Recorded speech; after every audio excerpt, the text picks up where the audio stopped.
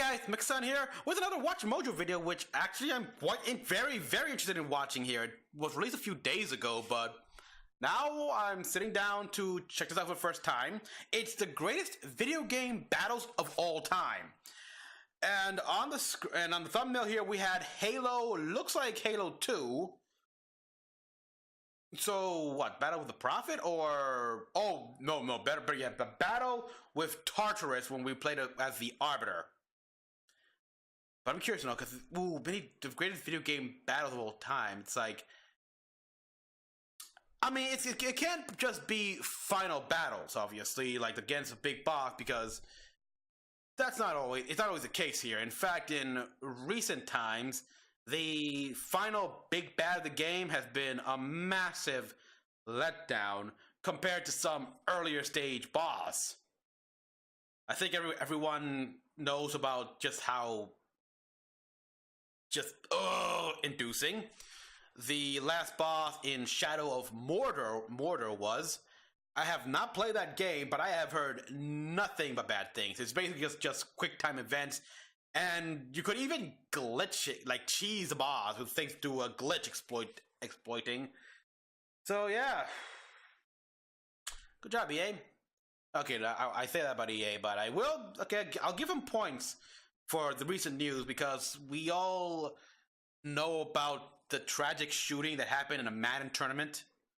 2 dead, and the killer took his own life. Apparently the guy was a Madden player, and what? Was he pissed that he wasn't invited?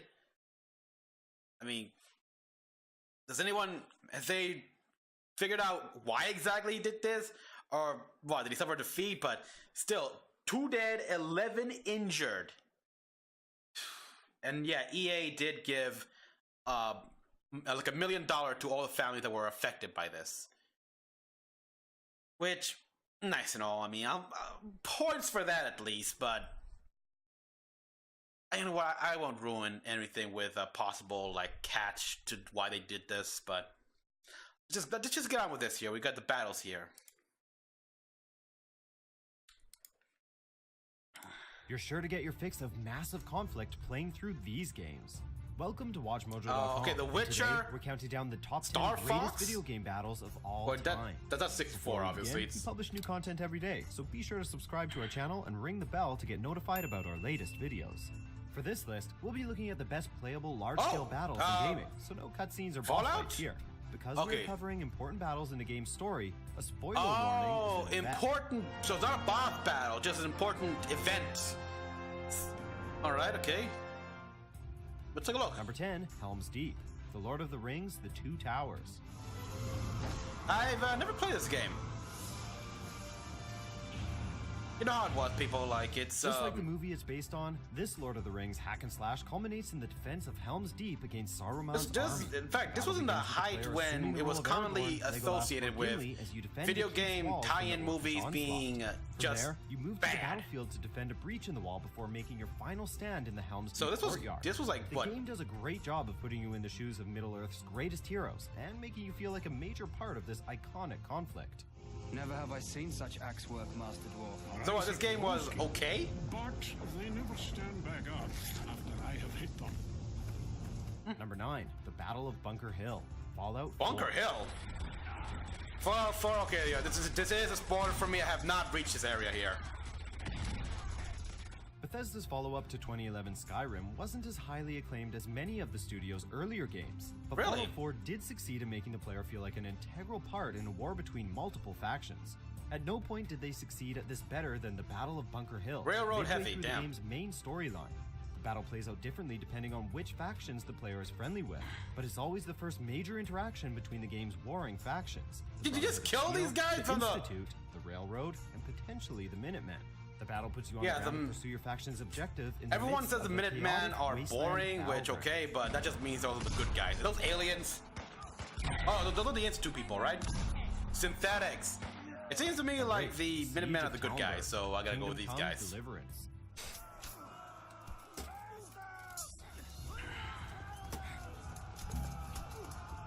This European Middle Ages warfare game Kingdom Come Deliverance. Henry, the son of a blacksmith who finds himself as a soldier fighting for revenge and his homeland.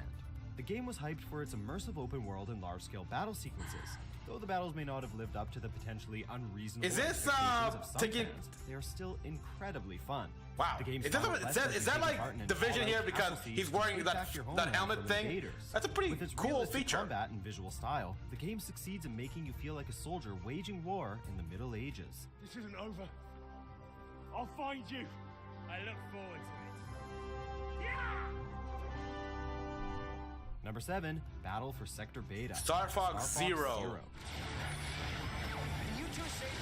Wasn't this game like critically panned? Mixed reviews from critics. Yeah, exactly. Star Fox Zero pleased hardcore fans. Impressive visuals, though. Roots. The most memorable mission in the game, Battle for Sector Beta, is a large, multi-stage space battle that consists of taking down enemy capital ships before being tasked to infiltrate the main ship. I gotta check this game out. Similar to the Battle of Katina in Star Fox 64. Oh, look at that, those ships. Appearances by fan favorites Bill and Kat, and ends with a surprise attack by Starwolf. Yep, I knew it. This return to the classic space combat style of the series was a welcome one for fans, culminating in an excellent battle across space. Cool ship design, by the way. I like it. Number 6, Battle for Earth. Oh, yes. That was a cool. Infinity. Best video game battles are the ones that make you feel like the hero, and few game series do that as well as Halo. It was going to be hard to top the original Halo's silent cartographer beach landing mission, but Bungie was able to pull it off. Near the beginning of the game's campaign, as the Covenant invades Earth, Master Chief is tasked with defending the planet from the alien onslaught. As Chief, the player makes their way across the city of New Mombasa, yeah, that was awesome, and driving a Scorpion tank, repelling Covenant forces as you go. The result was one of the most satisfying missions in the long-running FPS franchise. Still awesome to see, and he just walks away from that, like casually. Not casually, but you get it. Desperate Alliance, oh. StarCraft. I have never played the original StarCraft. When playing through the Terran campaign of this sci-fi real-time strategy classic, I played StarCraft too. Long before you come to this. Well, for the first two, anyhow. I haven't played Let's See the Void yet, even though I haven't. Survive the Zerg onslaught until the timer runs out. The mission is both difficult and fun, making the player feel like they are part of an intense alien conflict. Balancing resource and unit management forced players to learn the game fast or fall to the Zerg. Whether you decide I never could get the handle of the unit management thing. Like this video game battle manages to stand out from the rest.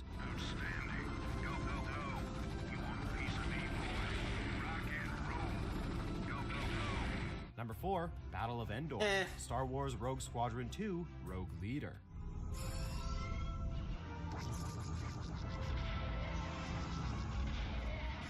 The climactic battle of the second Death Star. You know how much Death Battle like to put these plays together? I like for Death Battle to literally put armies together, like Imperial forces until the Death Star's like this thing, like the Death Squadron from the Death Star itself. Freaking Death Squadron from here, from like Star Wars versus say the Star Wars universe, and holds up maybe the first fleet of from Halo or something like that. Just at the game's conclusion, the player destroys the Death Star and makes their big escape alongside Lando, piloting the Millennium Falcon. We're on our way. Red group, gold group, all fighters follow me. I told you they'd do it. Number 3, Complete Mayhem. Bully. What the hell are you doing, Johnny? Why are you taking orders from Gary? Shut up, Jimmy! You left us and everything went down the toilet! A prep school riot serves as the backdrop of one of Rockstar's most memorable missions. At the conclusion of Bully, main character Jimmy Hopkins has earned the respect of each of the school's factions one by one. But arch-enemy Gary has gotten Jimmy expelled and instigated a riot. Jimmy teams up with the allies he's made over the course of the game to quell the school's riot and expose Gary, eventually getting himself readmitted to Bulworth Academy. The level serves as a perfect cap to a hilariously ridiculous game, one that we hope Rockstar might revisit one day. Come and untie me, boy. Yes, sir. Sorry, didn't see you there. Number 2, the Battle of Kaer Morhen. The Witcher 3, Wild Hunt.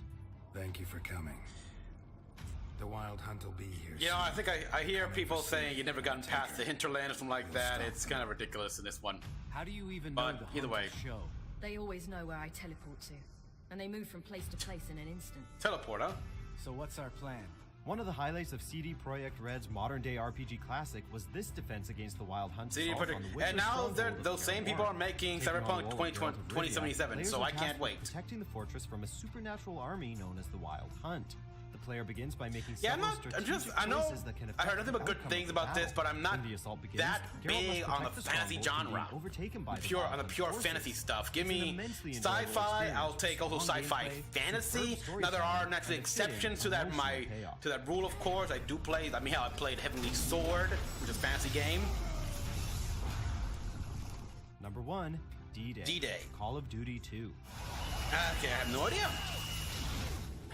But yeah, D-Day, you got it. This has gotta be. You gotta get this one right. It doesn't get much more iconic than this. Back before it became the military FPS behemoth that it is today, Call of Duty was a young upstart franchise looking to overthrow Medal of Honor as the king of World War II games. With the game's second numbered installment in 2005, what's Medal of Honor doing? Found themselves storming the beaches of Normandy as an American soldier, watching allies being gunned down as the deafening sounds of artillery and conflict. Seriously, why was it gonna be? Why Normandy exactly? I mean, I don't know much about I don't know anything about history here. World War II. I'm sure if I ask my friend here who's a big in World War II stuff, he'd tell me why they picked Normandy and the beaches of Normandy despite all the issues. Do you agree with our picks? Check out these other great clips from WatchMojo. If anything, I think he told me once that more people died on Normandy from drowning than actually getting shot. I don't know. But so far, it's a nice list. Some of these games, of course, I never played. Just, yeah. Other games, of course, Halo 2, of course, you gotta do good with Halo 2. Star Fox, I want to play Star Fox. I want to play a Star Fox Zero game. Yeah, I should do that. I heard, like, they say critically panned and everything like that, mixed reviews, but I gotta admit, the graphics look great, and that is indeed still Star Fox aesthetics. Especially when we saw, like, Star Wolf and his fighter. Yeah. So, I should pick up this game. It was for the Nintendo Wii U, right? Which means it'll probably make a port over to Nintendo Switch. Well, everyone, thank you all for watching. As always, comment down below what you all thought. Like and subscribe for more videos. Until the next one, this is Mecha-san, logging out.